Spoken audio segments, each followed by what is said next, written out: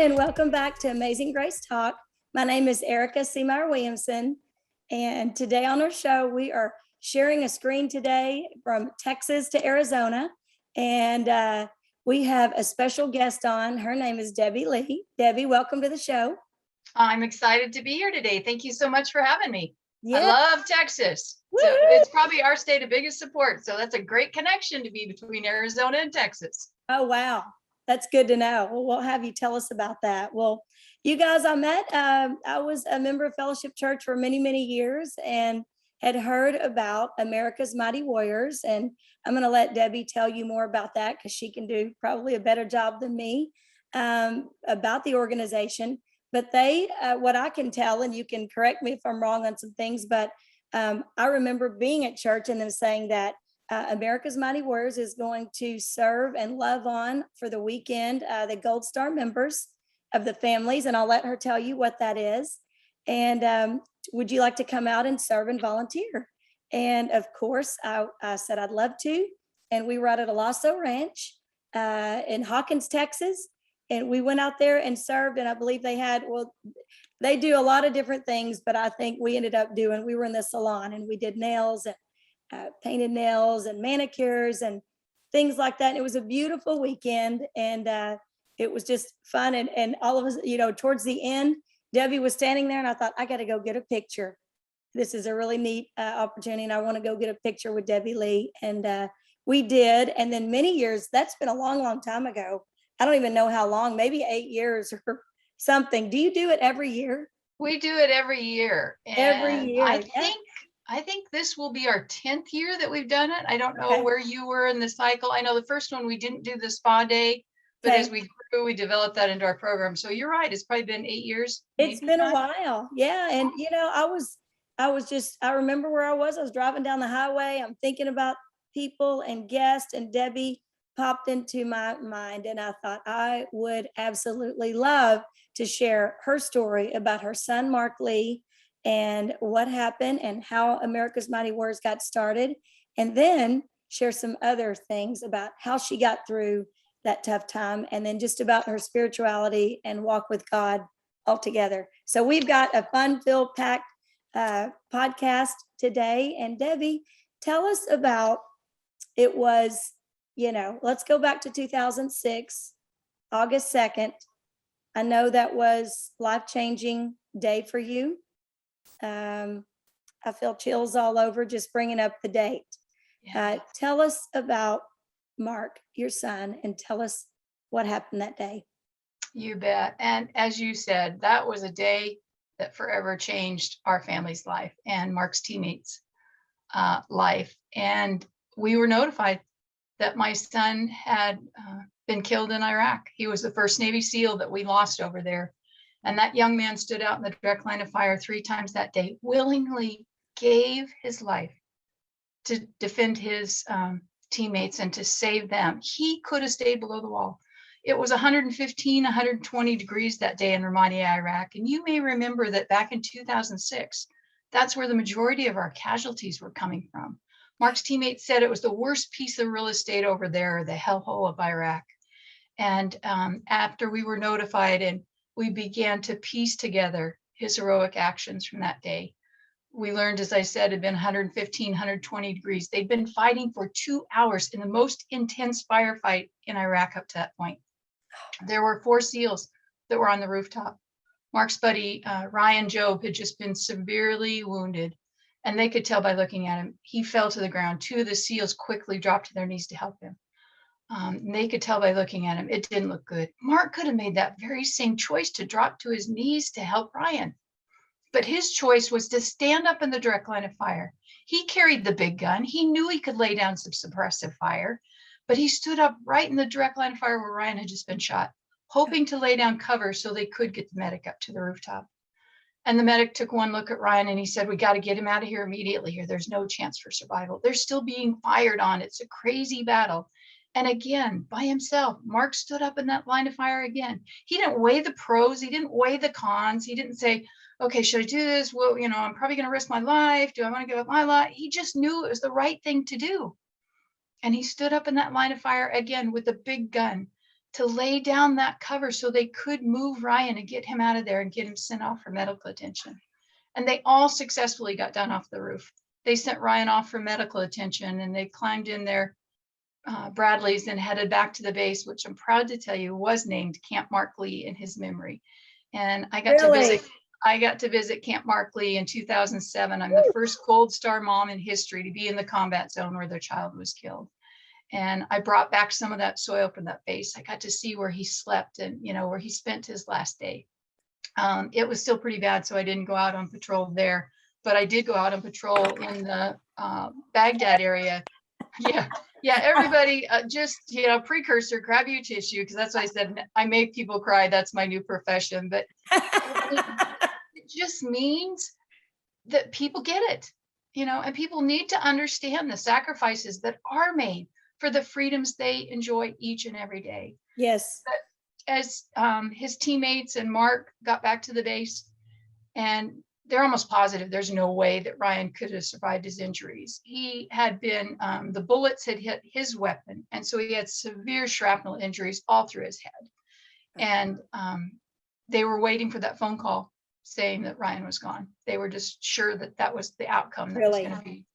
And Ryan did survive. He lived 3 more years and unfortunately died from complications from surgery. But at that point, he did survive. And as they're, we've watched our Navy SEALs, and sometimes they seem superhuman to us. And I'll tell you what, they're amazing men, that is for sure. But they're just as human as you or I are.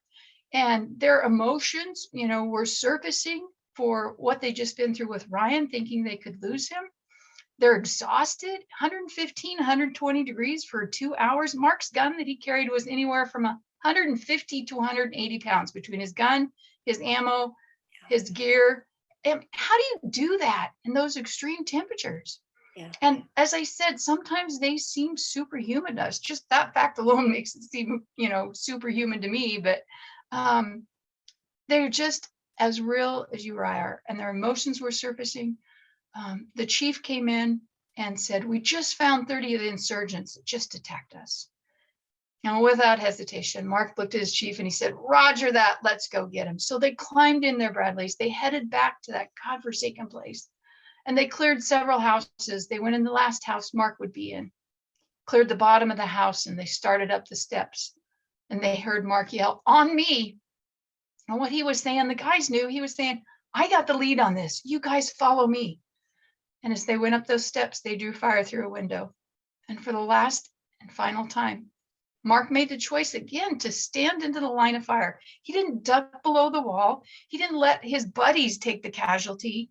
He made the choice to stand into that line of fire and give his life.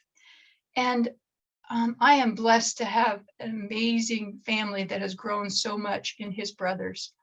And to this day, I am as close or closer to them than I am some of my own family.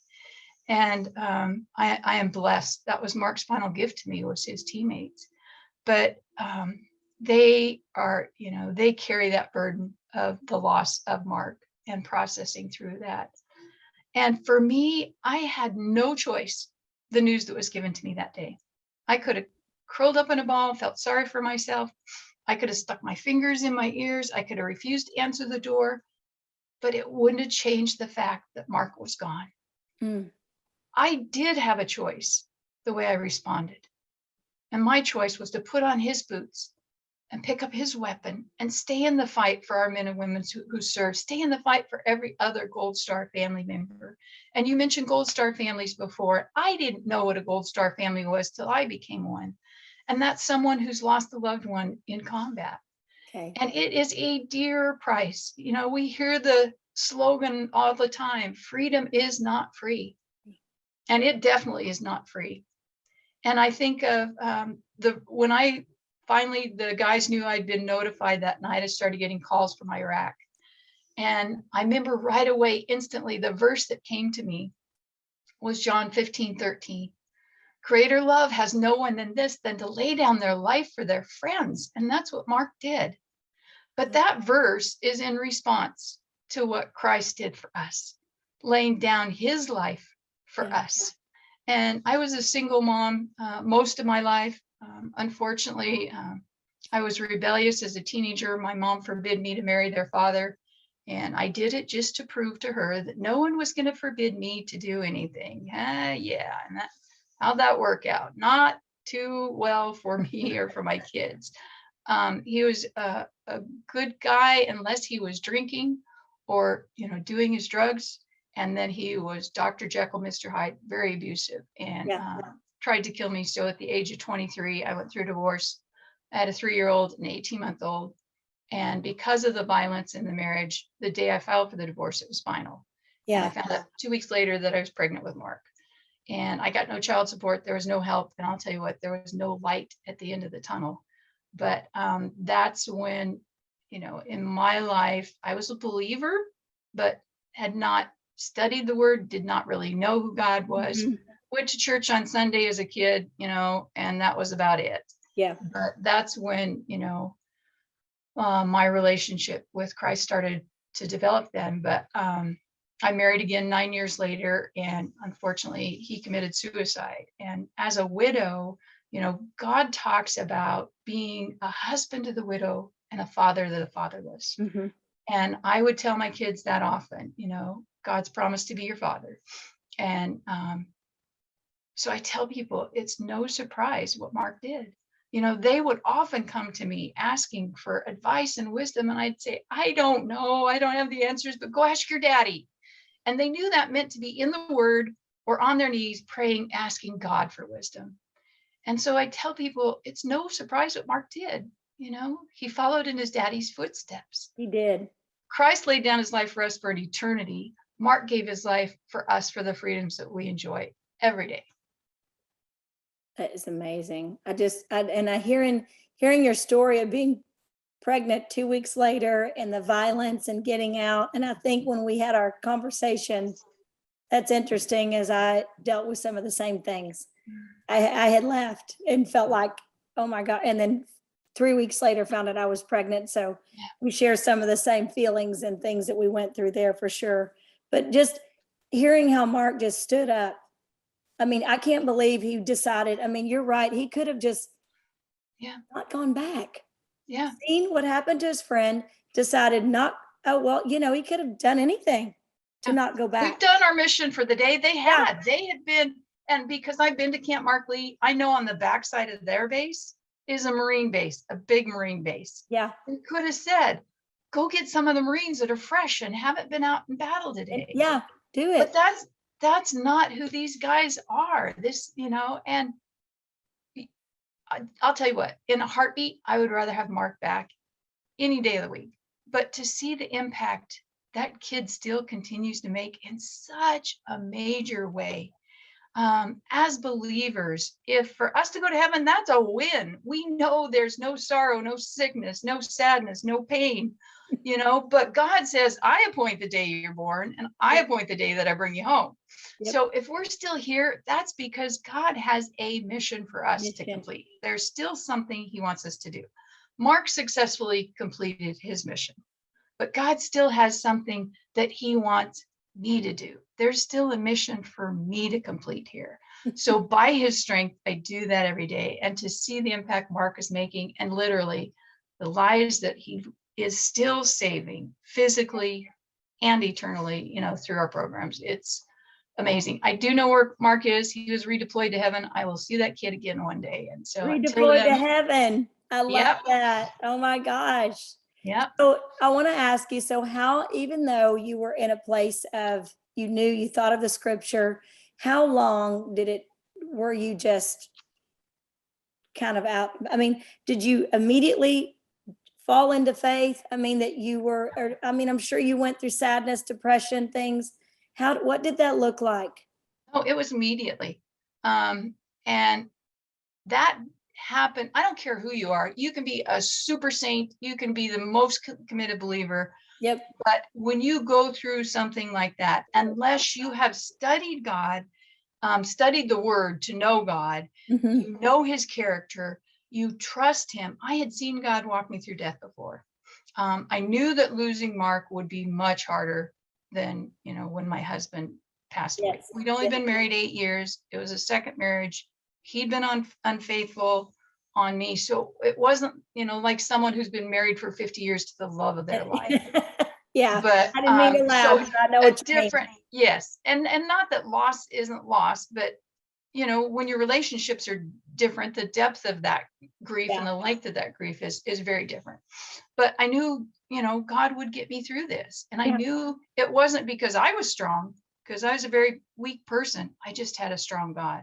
Mm. And so that night, I was actually at my Bible study that night at our small group. Which And night? the night we were notified about Mark being killed. That So night you went. that night, that very night. So we were celebrating my birthday, which had been the week before. Yeah. And it was really bizarre as I look back at this. We had missionaries come speak to our group who had been in Cuba, and they told the story of, I think it was his brother or brother-in-law who had been taken by the Cuban government. Really? And they had sent some guys in black suits in, came and knocked on the wife's door and said, we're here to, get you. You need to come with us immediately. And if we're going to be able to save your husband. She had no idea who these were, people were. Yeah. Later we figured out they were, as he tells the story, they were Navy SEALs that came to save her. And I'm like, oh, my son's a Navy SEAL. That's pretty cool. And it couldn't have been 15 minutes later when I got a call from my oldest son, Christopher, and nothing in his voice to alarm me, alert me that anything was wrong. He had served in the Marines, and he had just gotten out. He had served in the Marines? He'd been in the Marines. He'd just gotten out. And he's like, hey, Mom, where are you? I'm like, well, it's Wednesday night. I'm at, small group. Why, what's up? And he goes, how long will it take you to get home? And I thought, well, that's kind of an odd question. And I said, I don't know, 5 minutes, 7 minutes. Why, what's up? And he said, you just need to come home. And I knew, the last time that I saw Mark, when he was at my house before he deployed, and he was pulling away, my oldest son, Christopher, and I were standing there in the yard. And I said, I don't feel good about this. And he said, neither do I, Mom. Neither one, he or I are not worriers or fretters. That's just not our personality. Mm. And I don't know if that was God trying to prepare me. I don't know how you ever prepare for the loss of your child. No. But, so when he said, you just need to come home, I knew what was going to face me when I got home. And we had actually been celebrating my birthday. We'd had cake and ice cream there. Yeah. And we were ending the night. My girlfriend had given me one of the willow tree angels, and those are the wooden angels with the wire wings. Oh, yeah. And each one has a different character quality. And the one that she gave me was courage. She said, you remind me of such a woman of courage with all you've been through in your life. And yet you still love God, and you're still positive, and you're still, serving him. And little did we know how much more courage was going to be required. Wow. And I grabbed my purse, and of course my phone's usually always off. So again, I'd left my phone on that night. Just look back at the little details, that God, was preparing for me to get the information. Yes. As I grabbed my purse, and I just said, please be praying, something's not right. Oh. And I got in my car, and there was a song from my past, and it said, I put my hope in you, O Lord, trusting you, I will not be shaken. Knowing that you will see me through, I put my hope in you. And I just sang that song over and over and over. And I got to the main intersection by my house, and there was probably 3 or 4 fire trucks, and there were several ambulances and several police cars. The whole intersection was entirely blocked off. You couldn't get through. Mm-hmm. And to this day, I do not remember how I got back into my subdivision. But I found myself in my subdivision, no more emergency vehicles. As I pulled up on all those emergency vehicles there, the thought was, oh, my house blew up. That's all that's wrong. My house blew up. And trust me, I would have much rather lost all my earthly possessions and still had Mark.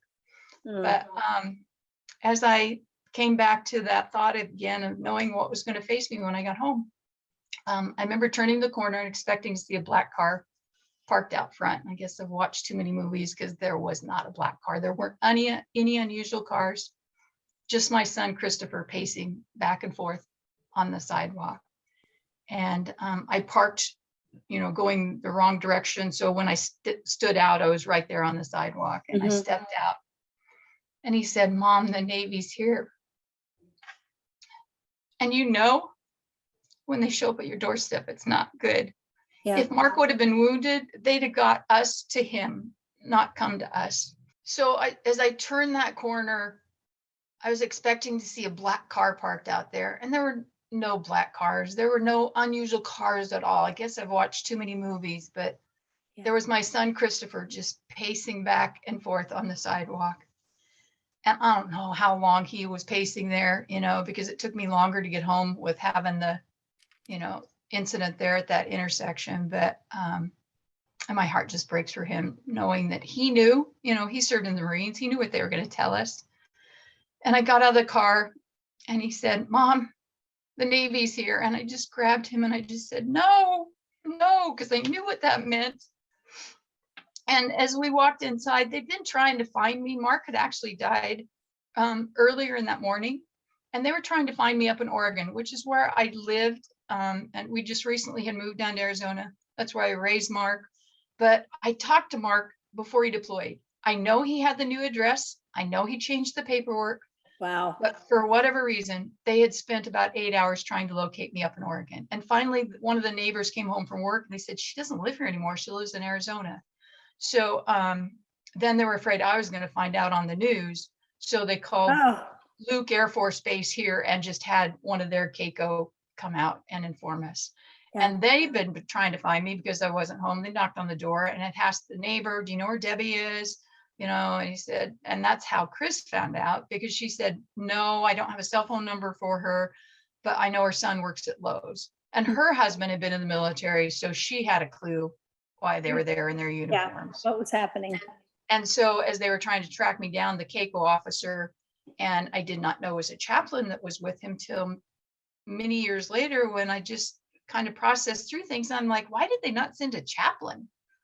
And I mean, there was no clue. He didn't offer to pray with me. He didn't talk about God. He just, and I don't know. Really? His first notification. I don't know. I mean, that's got to be a difficult job for them. But as we walked in the house, they'd been in my house for a while as Chris was trying to track me down. And they said, "We can tell by being in your home that you're a woman of faith. And you're going to need to rely on that faith for what we're about to tell you. Your son, Mark Allen Lee, has been killed in action." And as you can imagine, as a parent, that's the most devastating news that you could ever receive. And at that very moment, I had confidence that God would see me through.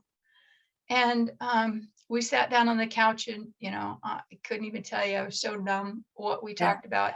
And who knows, that chaplain very well may have said something about faith, but I sure don't remember anything. Right. But they stayed for a little bit. And then as we were sitting there talking, I had a small, tall window next to my door. And I looked out and there's my friends from my small group standing outside. And I'm like, "The heck are you doing? Get in here. I need you in here." And my neighbor next door was from New York and very proper. And he had told them, "No, you don't go in there. You give her time to process this." Yeah. And so they came inside and, we talked about Mark, we cried, we prayed, we cried, we talked more and prayed. And they probably left about 11:30 that night. And my oldest son that I mentioned, Christopher, who had served in the Marines, met his wife in Okinawa when he was stationed over there. Yeah. So he was married at this time. His wife had gone back home. She used to go home before they had 5 children. She used to go home every summer. But and she would spend 6 weeks at home. So he decided not to tell her what had happened. Yeah. Because she had just lost a baby at 5.5 months along. My daughter that previous year had also lost a baby at 5 months. So he was concerned that would cause another miscarriage. So he chose not to tell her. How he went through that difficult time of his life and talked to her on the phone, each day without giving her a clue. He knew she was coming home like in 6 days. Yeah. So she would be home, before the funeral. But he said, "Mom, I'm going to stay here tonight." I'm like, "Thanks, son." He said, "I'm going to go try to get some sleep." And I said, "Okay." And I knew there was no way sleep was coming to me that night. And as a widow, I didn't have a husband to hold me and cry with me and tell me it was going to be okay and that we'd get through this.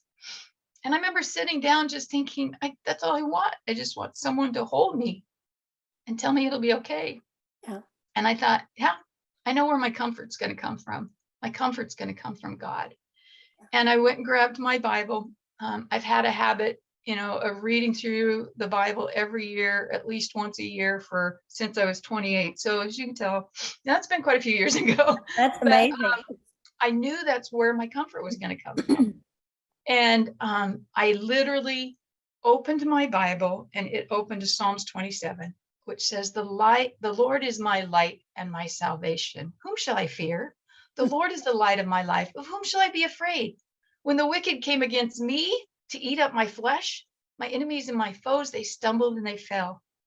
Though an army may encamp against me, my heart shall not fear. Though war may rise against me. And I'm reading this going, okay, this was not in the Bible before. God wrote this today for me, for my circumstances I'm going through. And I would encourage all your listeners to go read that whole psalm. It's not a long one, in the light of this. But the second to last verse said, I would have lost hope if I had not believed I would see the goodness of the Lord in the land of the living.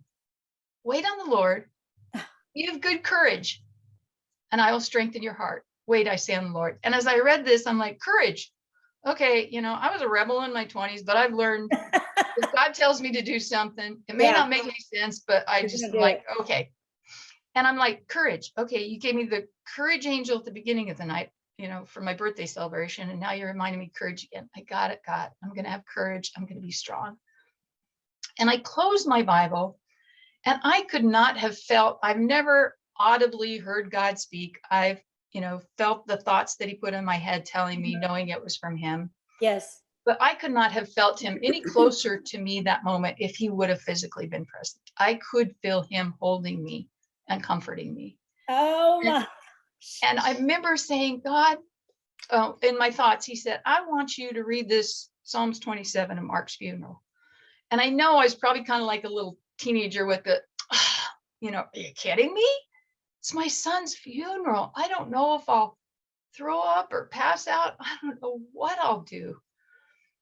And I paused, and then I said, okay, God, I'll walk through whatever doors you open for me, thinking that just meant to speak at Mark's funeral. I had no clue what he had planned, or that he had a ministry, through America's Mighty Warriors to continue to do this. But that's, God will give you what you need when you say, I'll walk through it. I'll do whatever you ask me to do, God.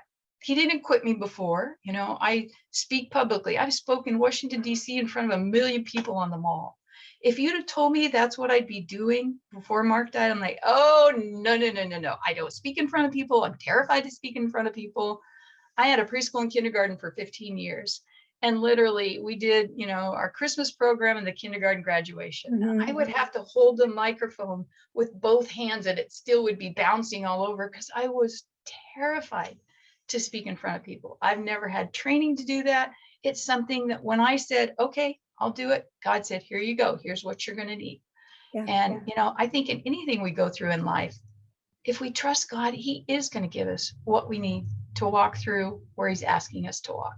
He will, and he does. In the Prayer of Jabez, the book by Bruce Wilkinson, when I read the Prayer of Jabez, that was life-changing for me. And I have stepped out in faith and done things and been obedient to God in ways that I would have never, just like you're saying, I would have never done. But as long God comforts us in those times, even when we don't feel adequate, or we don't feel, that we're qualified or whatever, but he sure does qualify us, doesn't he? Yes. And it's interesting that you mentioned the prayer of Jabez, because I prayed that prayer every day for a year when that book first came out. Yeah. And I actually have a frame, beautiful gold frame with that prayer on it that sits on my footstool in my family room where I see it every day. And I didn't have it quite so prominent for a while, and it was in the heroes room that I have here. And as I was reading that one day, and of course it says that you would expand my territory, I'm like, oh my goodness, be careful what you pray for, because I had no idea how he would expand that territory. At the time I lived in Hood River, Oregon, 5,000 people, had that preschool and kindergarten. I had the privilege of leading lots of kids to Christ. But I wanted to be able to impact our community, in a Yes. greater way. A little town of 5,000 people. Yeah. And to see that, exponentially, how God answered my prayers in a way that I wasn't even realizing. I mean, I was not praying for that big of a Right. ministry, but to have an impact around the world, because of what we're doing, because of Mark's story, because of the strength that God's given me, that's pretty amazing. It is. It is. Now I want to know about the letter, Mark's letter, but when did you receive, had you received, he wrote the letter just a few days prior to his It passing, correct? was Or about when did two you and a half receive it? weeks. So it was in the middle of July that he wrote that. So about 2.5 weeks. Powerful, powerful letter. And it starts out, some men seek glory, others find it stumbling on them, not expecting it to find them. And I can tell you, Mark was not looking for glory, but it's found him in many ways. And he found the ultimate glory being in heaven. Yeah. I think it's interesting. I live near Luke Air Force Base, and I don't know if it's picking up, but we've got the I jets just heard flying. that. We've got the jets flying over. I'm like, how perfect is Wow. that? That is the sound of freedom. Yes. But to the impact that Mark continues to make through that letter. I mean, there's some deep stuff in there. He talks about what he's seen over there in combat. He talks about us, being able to help Iraq stand on its own 2 feet. The wisdom for 28 years old in that letter. He said, when's the last time you paid for a random stranger's cup of coffee or meal or tank of gas? Yeah. He says we could change our world by doing more random acts of kindness. Absolutely. And he ends that letter with, to my family and friends, do me a favor, pass on the kindness, the love, precious gift of human life. This is one of the toughest warriors we have in America. And this is the other side of the kind, compassionate, caring man he was. He was studying to be a pastor. He was going to the master's college to be a pastor before he became a Navy SEAL. He was? Yes, he was. So definitely. I didn't realize that. So when he had written that letter, you received it well before you found that he passed away, right? You had already read it before, or you didn't get it till later? I'd read it before. It came on an email thread, and there was probably, as I recall, about 12 or 13, close friends, a few family members that were on that email thread. Wow. And I homeschooled my kids. And I was going to say, good job, Mama. But Mark was not stupid by any means, but language was never, he had not excelled in language. And literally the first time I got that email, as I'm reading it on the computer, I got to the bottom, I'm like, who wrote this? Wait, what? And I literally scrolled back to the top to make sure I hadn't opened an email. Someone else. I knew it's, but it was just like, oh my Lord. And when you read that, you feel the changes that took place in Mark's heart from what he saw over there. Yeah. You picked, he did a phenomenal job in communicating through that letter. And, little did he know, he thought he sent it to 12 or 13 people. Little did he, but literally all over the world. Millions and millions of lives have been changed by Mark, by his teammates that tell his story. He was one of the main characters in the movie American Sniper. Wow. Talk about a force multiplier. What God has done. Say that one time again. He was what? Say that again. So in American Sniper, yeah, he's the third main character. So the 2 actors that play Chris and Taya are the 2 main characters. The SEAL that's in the movie the next, that was supposed to be Mark. They did a terrible job portraying him. Really? Not his personality, not his character. They literally threw Mark under the bus. It's Chris's movie. Yeah. Oh gosh. It's sorry. Chris's movie, but Chris was with Mark when he died. Chris became super close. He and I became super close. And I don't know why they felt the need to do that. Even in one scene, he's talking to Chris and he said, Mark's character says, I don't even know if I believe in the mission over here anymore. And I'm like, that could not have been further for them. Like, that is not my son. Yeah, no. And, he's this skinny white boy. Mark was Hispanic, half Hispanic. Obviously, I'm white, but, He was 6'1", 220 pounds. He's a big guy. He had a crazy sense of humor. Of course, the character in the movie is just kind of this blah, blah, blah, blah. Well, they didn't come ask you now, did they? They God. did. They did? I probably spent 6 or 7 hours on the phone with the script writer. And they got it wrong. Oh, no. Wow. Yeah, but the worst part was, at the funeral scene. And of course, the funeral scene itself, where they're actually having the funeral, that's Mark's funeral. And that's supposed to be me reading part of that last letter home. But really, after I didn't know that. Taya and Chris get in the truck and they're driving home from the funeral, Taya says, "What was up with that letter Mark wrote?" And I know Chris did not feel this way, but Chris's character says, Mark did not die in Ramadi that day. He died when he wrote that letter. That was life leaving him. So it almost made it sound like it was suicide by combat or something. I'm like, what? Oh. So that was, Mark's teammates were livid. And so they reached out, Jocko and Leif reached out to History Channel, who did a documentary on Mark called The Warfighter, the story of Mark Lee and Charlie Platoon. Oh, really? They got it right, because that's his teammates reenacting it. That's his teammates and myself telling the story. And they got it right. I would love to see that. I want to make sure I get all those links to put in the show notes, because I haven't seen that one. Not that I don't think so. Yeah, and I they would did a great job. I love documentaries. And it's actually a series of 8, but Mark was the first one that they did. So there's 8 others that they tell that story. Well, I'm glad they got it right, because I know that's frustrating, but at least you're getting to tell it here, and I'm sure you've told it in other places. And for whatever reason, sometimes stuff in the media, and then the fact that he was even in a movie, portraying in a movie, sometimes we don't know what Hollywood or whoever's doing these movies. Yes, exactly.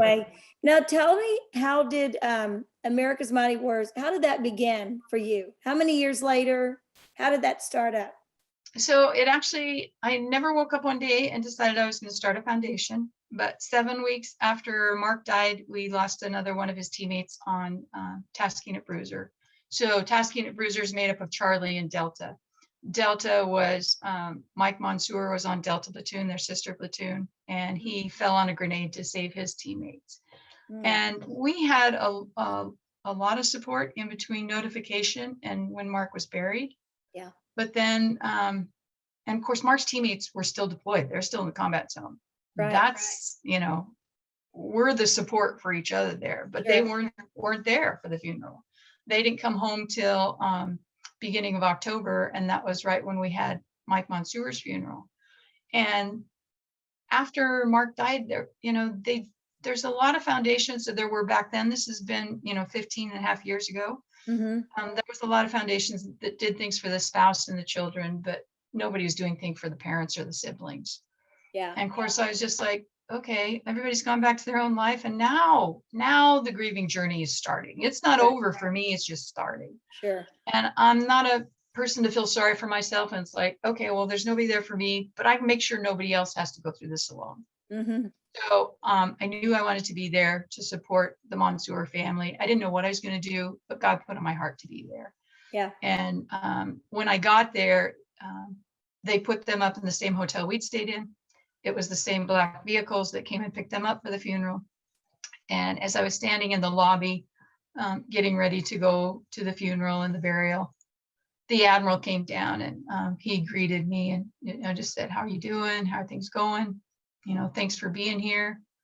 And I said, "Yeah, I just wanted to be here to support the family." He said, "We want you to ride in the vehicle with the family." I'm like, "Oh, no. This is not about Mark. This is not about me.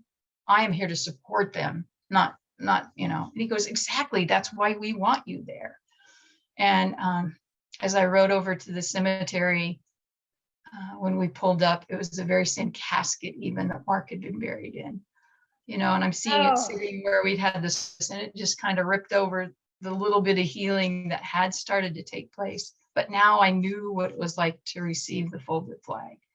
Now I knew what it was like to start through the grieving because it was all a fog that day. Yeah.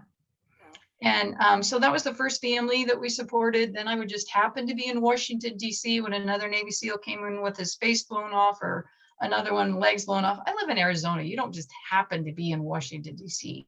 Yeah. And I saw that God kept placing me in those places where I would be needed. And my spiritual gift is I'm an encourager. Yeah. So to be able to be there and help these families and support them.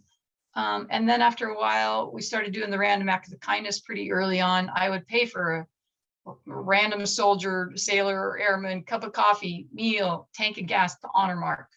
And then after a while, I saw this was a mission that God had given me, Yeah. and I didn't have the finances to continue to do that out of my own pocketbook. So started a foundation officially then in 2008. And we've been honored to grow from our Random Acts of Kindness program. Those we go up to a $5,000 grant. So typically that's crisis situation. I just sent 2 checks off on Sunday, one for a SEAL whose wife has ovarian stage 4 cancer to support them. Another one has severe black mold issues in his house, has had to level his house basically to the studs. We helped in another sort of situation, funeral expenses for a suicide that had happened. And then we do, as you mentioned, where you came and served with us on the families, the Gold Star retreats that we do. Yeah. We do those in Hawkins, Texas. And like I said, I think this might be our 10th year. The Yeah. time all kind of gets the fog and rolls together. But we've had, typically we have around 100 Gold Star family members there that we just love on, take care of their airfare, rental car. Now it's a week. We're there from Memorial Day through that Friday that week. Oh, you are? Yes. For And a then week. for a week. And then we do, I'm here in the Heroes Hope Home in Arizona, where we have a house where they can come stay for free. We have another location in Florida called the Serenity Hope Home. Again, we take care of their airfare, rental car. The week that they're there, I have a family showing up today here at noon that we just love and pamper on them and let them know Really? we won't forget your hero and we won't forget you. So the 2 homes there, is it like an Airbnb, but it's set up for them just to come Yes. and get away? Yes. Really? I didn't know that. Both, it is my home as well. I purchased the house 11 years ago and couldn't afford 2 house payments, and the market was bad then. So I rented out the other house and live here. Our offices are here. Yeah. I'm sitting in the office in the Heroes Hope Home. So then we Yeah. don't have to pay for a second set of, we don't have to pay rent for an Yeah. office. We don't have to pay another set of utilities Yep. but it's a beautiful home and a very welcoming place for them to come stay. We do our Helping Heroes Heal program is for our veterans with post-traumatic stress, traumatic brain injury. We're paying for hyperbaric oxygen therapy, hormone and vitamin therapy, natural things that are healing their bodies. So many of the things that, and I get it, I understand why they want to try anything and everything. A lot of self-medication to get rid of the pain, whether it's the physical pain, the emotional pain, or both. Yes. But when there's things out there that are actually healing them, not just masking the symptoms, that's the therapies. And we've seen so many of our veterans heal. I had a SEAL that reached out, and of course I follow up and say, okay, what symptoms have changed? How's your memory? How's your sleep? How's the anger? Because that's all your frontal lobe that controls those. And that's a lot of the blast wave injuries cause damage there. Yes. And he was going through telling me how much better he was. He goes, you saved my life. And I said, well, you were willing to give your life for me. That's the least we can do. Yeah. And he said, no, stop. And I'm like, uh-oh, made a Navy SEAL mad. This is not going to end well. And he said, you literally saved my life. I wouldn't be alive today if it wasn't for you and your foundation. And when he said it so strongly, the save thing came out again. And I thought of Mark, his final actions, running in the line of fire to save his teammates. And I'm like, oh my gosh, Mark is still saving his teammates. Yeah. And so to see that impact, we've had several that because of our program have, accepted Christ. We're not a Christian foundation, but this is my story. This is what God's done for me. This is where my strength to get through difficulties has come. I'm not a kind of person that's going to say, okay, here's this testimony for when I go to church. Here's this story for when I'm with a believer or not a believer. This is my story, and if I'm going to give you hope and can't include the one that's going to give you the most hope, something's not right. But and we do a lot of advocacy and education. So we're up on Capitol Hill, fight for their funding, benefits, rules of engagement, That's good. Whatever relates to them. There's probably not anything that I wouldn't do, for our veterans and for our troops and for our Gold Star families who, given their very best for our country. Wow. Well, I know you had no idea that this was going to become a full-time gig and a hope dealer and be able to pass on encouragement and love to other families. But I know I can only imagine the fulfillment that that brings. It doesn't bring Mark back, uh, Yeah. but it shines a light in a place that shining the light better than just being sad with the sadness, and you going on to just share his legacy with Yeah. everyone has got to be such an honor and bring you a Yeah. lot of glory and happiness and joy, and in and through the tough times of going through that grief and just living out his legacy. It's got to be Yeah. amazing. I want to know real quick, are those his clothing behind you? Is that Those are his actual uniforms that are back yeah? up in there. Yeah. Wow. So it That is. Yeah. I bet, do you ever go and hug them? Have you ever I done that? haven't in a while. I did in the beginning, and I think that's very normal in the beginning stages of grief. Smell them, When you've got clothing, yeah, sleep with them. you want to see, do I know, do I feel, do I see? But Oh my gosh. Well, that is amazing. I want to make sure I get all of the links, everything for people to be able to reach out, people that want to donate, people that would like to serve in a way. I'm sure you have a volunteer we place, do. a way that people can volunteer, donate, and then just maybe take part in some of the opportunities that you have. Yes. And And for those veterans, or Gold Star families that we can help, who yeah, hear about us. yeah, And it is, I can tell you, it has brought so much contentment and fulfillment to be doing what I know God designed me to do. yeah, And to see, even as you said that, and I've never thought of that before, but Mark going to seminary to be a pastor. And even though that's, he took a different route, and that's not where he didn't complete it. He didn't get his, doctorate, and I guess yeah, whatever you call it, to be a pastor. But wow, what a missionary he is now, yeah. He is he's being fulfilled more, and around the world, like you said, instead of just maybe he was going to be at a right. church. Yeah. And not that that wouldn't have been amazing. And Yes. now And it's not around the world. if that's where God calls us, and that's what people are, is like, I want to make a difference, and sometimes people who other Gold Star families have gone through loss. Yeah. Well, I don't know that I could start a foundation like you. God's not calling you that. God doesn't Yeah. call everybody to start a foundation and do No. things, but he is asking each one of us where we're at. He has a mission for each one of us. Yes. And so we just need to be listening to him. We need to be in the word. We need to be ready to do what he's asking us to do. And your mission is doing what you're doing right now to get so many people's stories out, as you continue to impact others. So thank you for, accepting the call that God's given on your life to be able to do Yeah. that. It's been it's been fun. Go ahead. Yeah.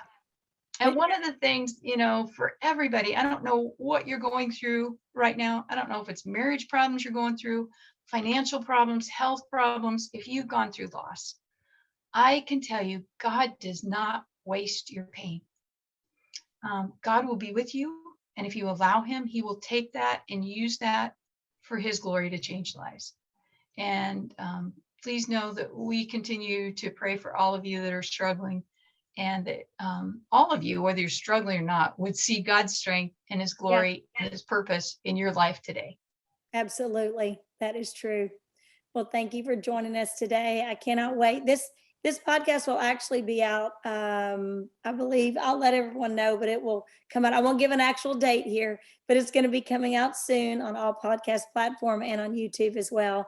But thank you, Debbie, for joining us. You bet. You bet. I've loved it. It's been great to be here today and to share, what God continues to do and get to know you a little bit better. And so I look forward to the next time I'm in Texas to be able to see you and go grab a cup of coffee or something. I would love that. I would love that. Thanks so much. All right. Thanks for joining us, everyone. We'll see you again here on Amazing Grace Talk. Well, thanks everyone for joining us again. And don't forget to follow me on Instagram or Facebook at Erica C. Meyer Williamson. And please subscribe to this podcast so you won't miss any of the amazing stories that could open your eyes in seeing God in a whole new light and bring hope and healing to your life. If you would like to be considered as a guest on our show, please email me at ericacmeyer@gmail.com and share a little of your story. If you have enjoyed these podcasts and would like to be one of our awesome supporters, please click the Patreon link in the show notes to sign up for monthly support or a one-time donation. We thank you all for your generous support. And last but not least, we would be so honored if you would write a good review, subscribe to the show, and share this podcast on your social media. We'll see you back here next time on Amazing Grace Talk.